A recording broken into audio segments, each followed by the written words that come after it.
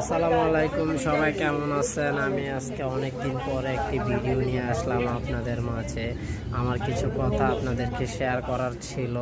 তো কথাগুলো হলো এই যে ইরান ইসরায়েল এই সব জায়গায় জায়গায় যেগুলা যুদ্ধ চলতেছে, ভাই দেন সরকার যুদ্ধ লাগাচ্ছে, মাঝখানে আমাদের মতো পাবলিকেরা নিহত হচ্ছে, আঘাত খেয়ে হসপিটালে যাচ্ছে, খাওয়া দাওয়ার কষ্ট।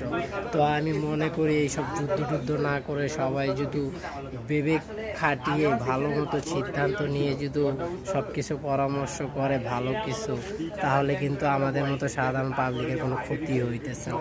কেন এই দেশ নিয়ে এত যুদ্ধ? আমরা তো কেউই থাকবো না, না থাকবে দেশের সরকার, না থাকবে দেশের পাবলিক। তো কেন এই সরকার মিলে যুদ্ধ করতেছে? এই যুদ্ধগুলো কি বন্ধ করা যায় না ভাই?